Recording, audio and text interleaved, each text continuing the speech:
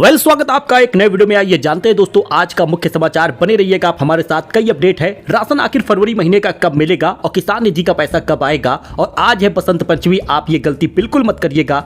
आइए मां सरस्वती की पूजा कैसे करते हैं इसके बारे में भी जानेंगे। सीएम योगी ने 3 बड़े ऐलान किए हैं जिसको जानना बेहद जरूरी है। बने रहिएगा दोस्तों अंत तक। वीडियो को लाइक कर दीजिए, चैनल को सब्सक्राइब कर दीजिए। चलिए शुरू करते हैं।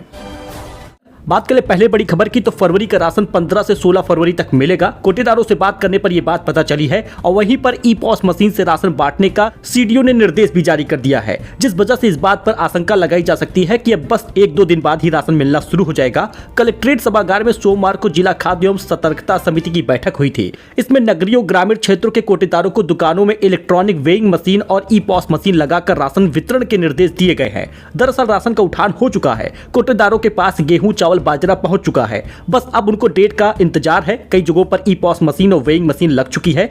एजेंसियों से जुड़े अधिकारियों को आगाह किया गया है कि मशीन की गुणवत्ता ठीक होनी चाहिए। यानी कि राशन योजना में पूरा अपडेट आपको बता दे तो जल्द ही 15 से 16 फरवरी के बीच में आपको राशन मिलना चालू हो जाएगा। एक यूनिट पर सिर्फ 1 किलो गेहूं और 1 किलो बाजरा मिलेगा। वही बड़ी खबर यह भी है कि बस 3-4 महीने बाद ही आपको पूरा गेहूं मिल सकता है। जी हाँ दोस्तों, गेहूं ज्यादा मिलेगा और चावल मिलेगा, बाजरा उसके बाद नहीं दिया जाएगा, क्योंकि सरकार ने इसे सिर्फ जून तक के लिए अलॉट किया है, जिसमें बाजरा देने की बात कही गई है। यानी फरवरी, मार्च, अप्रैल, मई, जून, यानी जून महीने तक आपको ये बाजरा मिलेगा। उसके बाद सरकार आपको बाजरा नहीं देगी। जी हाँ, गेहूं चावल ही केवल मिलेगा। फिर से आपको ज्यादा गेहूं मिलने लगेगा। 1 यूनिट पर 3 किलो गेहूं और 2 किलो चावल हो जाएगा। हालांकि अभी तक सरकार की तरफ से निर्देश नहीं आया, लेकिन कोटेदारों से बात करने पर यह सारी जानकारी प्राप्त हुई है।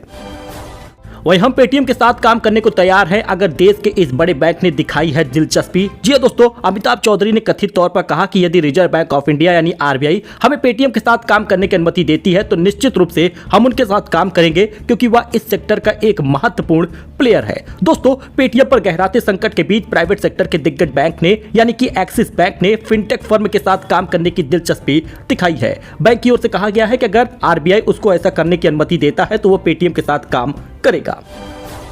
तो दोस्तों, आज है बसंत पंचमी। किस मुहूर्त में आप मां सरस्वती की पूजा अर्चना करेंगे, आइए फटाफट से जान लेते हैं। देखिए, हिंदू धर्म में बसंत पंचमी के पर्व का माघ महीने के शुक्ल पक्ष की पंचमी का बड़ा महत्व होता है। ये एक अबूझ मुहूर्त होता है। इसमें कोई शुभ मुहूर्त देखने का इंतजार नहीं करना होता, ये पूरा दिन ही शुभ होता है। हर एक काम, हर एक शुभ कार्य आप कर पाएंगे। बसंत पंचमी का शुभ मुहूर्त देखिए आप, जो सबसे बेस्ट होगा। 13 फरवरी को 2:41 पर यह लग चुका है, जो आज 14 फरवरी को 12:09 तक रहेगा। ऐसे में आपको बसंत पंचमी इतने समय तक मना लेना है। हालांकि आपको बता दें, बसंत पंचमी की जो पूजा का शुभ समय है वो 7 बजे सुबह से लेकर 12:35 तक रहेगा।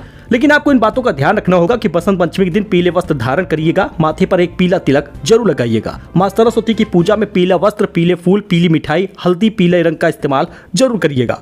बसंत पंचमी के दिन ब्रह्मचर्य का पालन करना चाहिए। पेड़ पौधों को मत काटिएगा। बसंत पंचमी के दिन विद्या की देवी सरस्वती का दिन होता है। इस दिन भूलकर भी कलम, कागज या शिक्षा से जुड़ी कोई भी चीजों का अपमान मत करिएगा।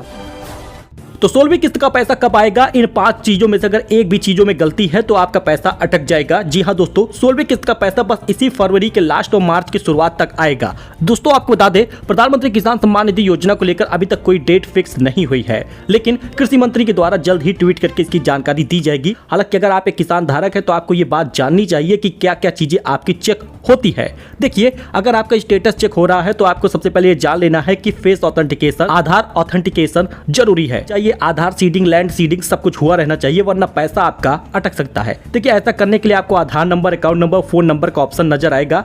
आपको बता दें, आपको ये सब कुछ दुरुस्त होना चाहिए। बैंक अकाउंट डिटेल कैसे सही करवाएं, अगर वो गलत हो गया है तो ऑनलाइन वो सही नहीं होता है। इसके लिए आपको कृषि विभाग के कार्यालय में या लेखपाल से संपर्क करना होगा। तो किसान निधि का पैसा बस इसी 27 फरवरी के बाद कभी भी आ सकता है, और इसी बीच पेंशन योजना में जो वृद्धा, विकलांग, दिव्यांग है उनका भी पैसा आने वाला है।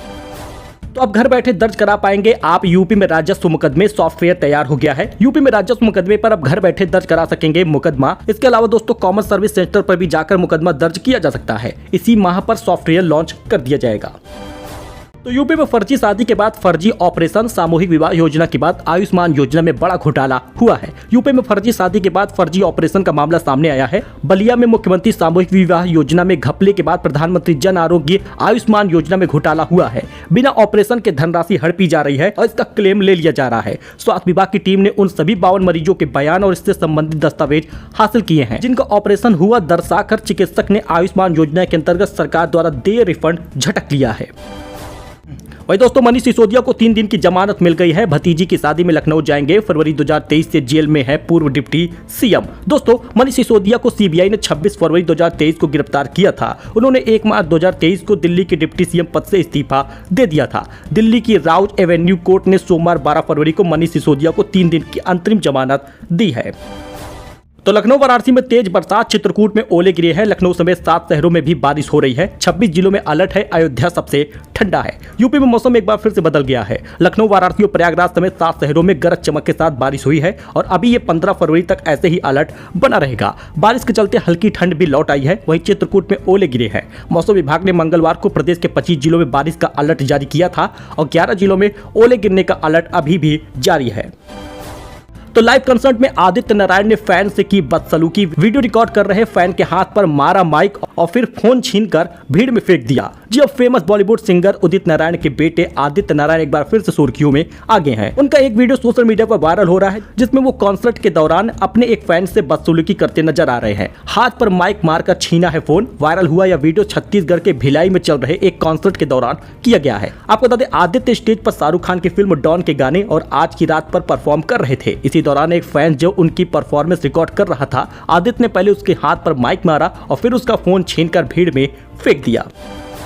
फिर से बदलने वाला है मौसम। जी हां, प्रदेश का मौसम बदलने वाला है। इन जिलों में ओले गिरने का अलर्ट है। हो सकता है वज्रपात भी। कुछ दिनों तक सामान्य रहने वाला मौसम मंगलवार से ही बदल गया है। मौसम विभाग ने वज्रपात और ओले गिरने का अलर्ट जारी किया है। आने वाले दिनों में प्रदेश में कहीं हल्की तो कहीं ज्यादा बारिश हो सकती है। कुछ जिलों में ओले गिरने का अलर्ट जारी हुआ है। जिलों में ओलावृष्टि का अलर्ट है। बांदा, चंदौली, चित्रकूट, गाजीपुर, जौनपुर, कौशाम्बी, मिर्जापुर, प्रयागराज, संत रविदास नगर, सोनभद्र, वाराणसी और उसके आसपास के जिले। वही पेटीएम के शेयरों में आई है भारी गिरावट। छोटे निवेशकों को लगा है तगड़ा झटका। दोस्तों, खुदरा निवेशकों ने दिसंबर तिमाही में पेटीएम में अपनी हिस्सेदारी बढ़ाकर 12.85% की थी। 2 लाख रुपए तक पैसा लगाने वाले छोटे निवेशकों की संख्या 10 लाख से अधिक हो गई है। हालांकि इनको बड़ा झटका लगेगा। पेटीएम के शेयर में भारी गिरावट आई है। तो जयंत चौधरी बोले, हमने विधायकों से सलाह के बाद एनडीए में शामिल होने का फैसला लिया है। जी हां, लोकसभा चुनाव 2024 से पहले समाजवादी पार्टी छोड़कर RLD chief Jayant Chaudhary NDA में शामिल होंगे। दिल्ली में खुद रालोद चीफ जयंत चौधरी ने कहा कि उन्होंने एनडीए के साथ जाने का फैसला कर लिया है। लोकसभा चुनाव 2024 के मद्देनजर रालोद ने एनडीए के साथ गठबंधन की चर्चाओं पर अब विराम लगा दिया है। अब एनडीए के साथ रहेंगे।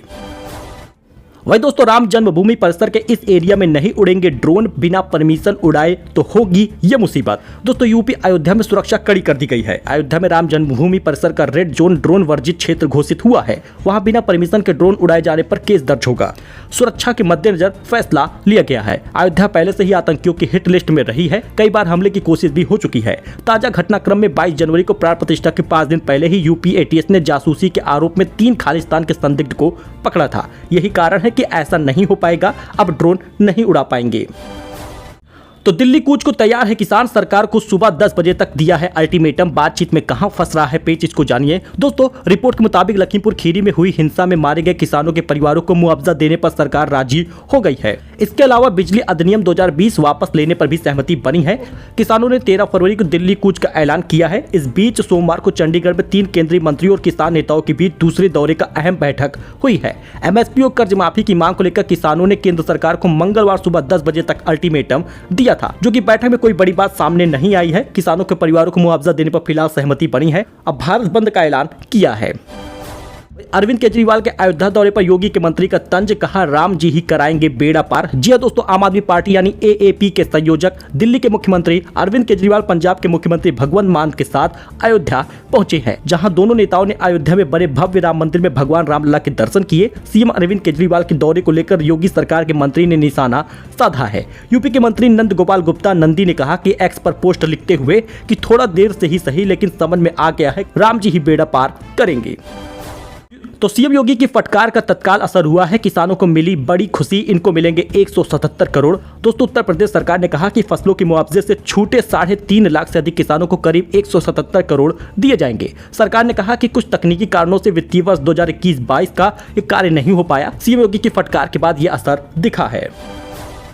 वहीं गोरखपुर में 1000 गरीब बेटियों का आशीर्वाद देंगे सीएम योगी आदित्यनाथ। सामूहिक विवाह समारोह की तैयारी तेज हो गई है। दोस्तों गोरखपुर में मुख्यमंत्री सामूहिक विवाह योजना के तहत 1000 गरीब बेटियों की शादी 14 फरवरी को होगी। दाम्पत्य जीवन में प्रवेश करने वाले जोड़ों को आशीर्वाद देने के लिए मुख्यमंत्री योगी आदित्यनाथ खुद मौजूद रहेंगे। सो दोस्तों ये कुछ अपडेट था, कुछ जानकारी थी जो आपके साथ शेयर की गई है। आई होप कि आपको ये पसंद आया होगा। मिलते हैं नई जानकारी के साथ एक नए वीडियो में। फिलहाल के लिए इतना ही। धन्यवाद।